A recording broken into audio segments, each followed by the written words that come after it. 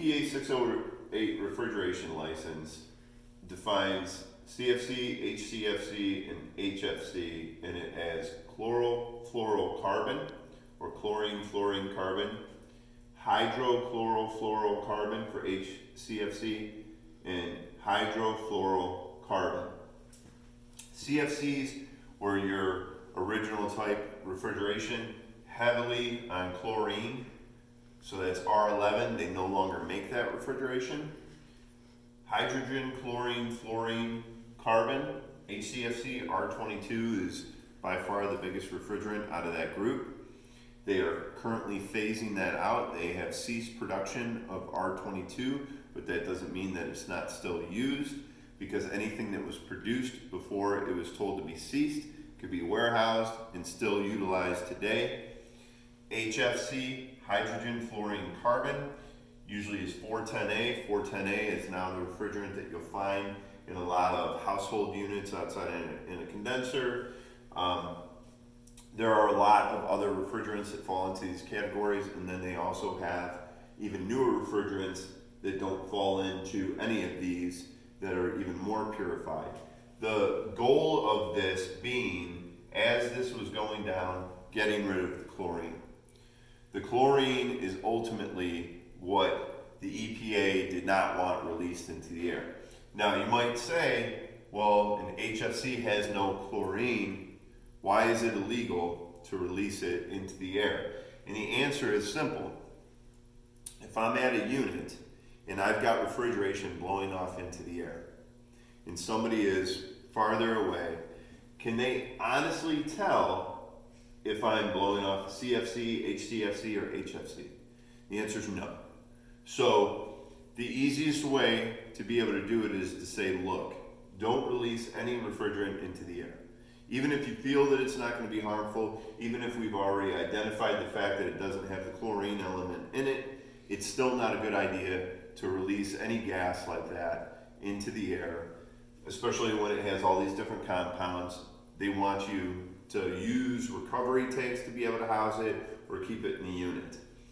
And this way, nobody can argue and say, well, that person has a video of me releasing refrigerant. That was 410A, it wasn't R22, I wasn't harming the environment.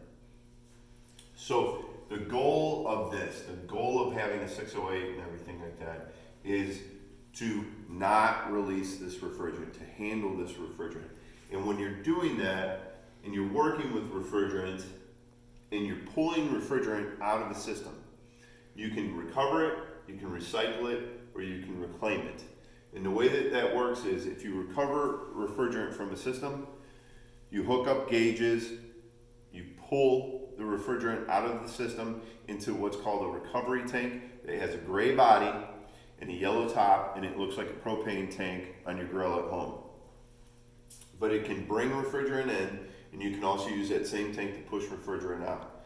Once you recover it, then you can do one of two things. You can either recycle it or reclaim it. Recycle it means that you pass that refrigerant through filters to get out any condensate or any oils or other particles that may be in there to try to get the refrigerant cleaned up. You can do that and then put it back into the same unit that you took it out of. But you are not allowed to recover refrigerant out of a unit and put it into a different unit if it's not owned by the same person or business. You can't recover refrigerant from point A and take it all the way over to point B that's not in relation to that one and use it there. EPA says that's a no-no. So you can recycle it. Now, if you decide, no, I'm not going to recycle it, I don't believe that that refrigerant is good. Maybe a compressor burned out, it got a lot of oil mixed in with the refrigerant, then you can keep it in the recovery tank, and when that recovery tank is filled, and you're only allowed to fill a recovery tank up to 80%. You cannot fill it 100%. So when you fill it up to 80%, you can take it in to a parts warehouse if they accept the refrigerant, and it can be reclaimed. And what that means is they can take the refrigerant and they can send it out to a third party that will reprocess the refrigerant and refine it and take it back to its original properties or as close as it can. But you cannot mix refrigerants within a recovery tank.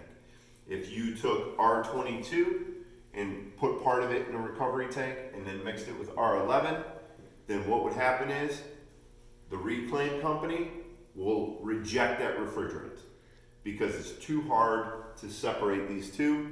So it is required that whatever you have in a recovery tank is the exact same refrigerant. So it's either R11 or R22 or R410A or whatever refrigerant you may be working with.